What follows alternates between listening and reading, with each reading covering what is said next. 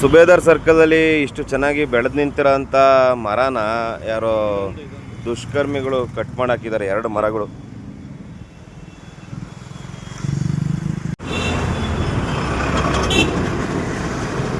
ಬೆಳಿಗ್ಗೆ ಜಿಮ್ಮಿಗೆ ಹೋಗ್ಬೇಕಾದ್ರೆ ಚೆನ್ನಾಗಿತ್ತು ಅನ್ಕೋತೀನಿ. ನಾನು ನೋಡ್ಕೋದು ನನಗೆ ಗಮನಿಸ್ತಿಲ್ಲ. ರಾತ್ರಿ ನಾವು ಅಂಗಡಿ ಕ್ಲೋಸ್ ಮಾಡ್ಬೇಕಾದ್ರೆ ಚೆನ್ನಾಗೇ ಇತ್ತು. ಇದೇನ್ ಮಾಡಕ್ ಬರುತ್ತೆ ಅಂತ ಮರಗಳು ಅಲ್ವಾ? ಈ ಬೇಸಿಗೆ ಬಿಸಿಲು ಅಲ್ಲ, ಮರ ಬೆಳೆಸೋದು ಈಗಿನ ಕಾಲದಲ್ಲಿ ಭಾರಿ ಕಷ್ಟ ಇದೆ ಅಣ್ಣ.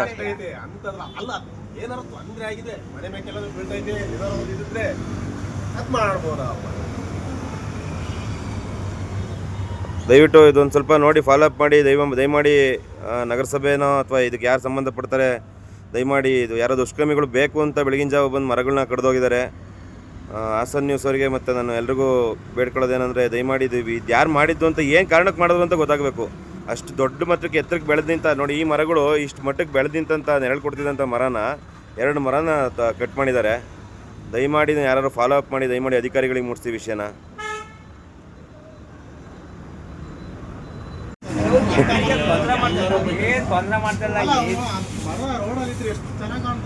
ಒಂಥರ ಬೋಲ್ ಒಂಥರ ಆಗ್ಬಿಟ್ಟಿತ್ತು ಈಗ ಅದು.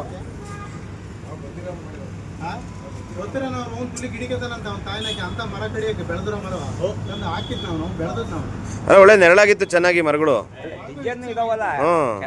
ಅದು ಭಾರಿ ಕಂಡ ಚೆನ್ನಾಗಿ ದಪ್ಪಕ್ಕೆ ಬೆಳೆದಿರೋ ಕಂಡ ಅದು ಬುಡ.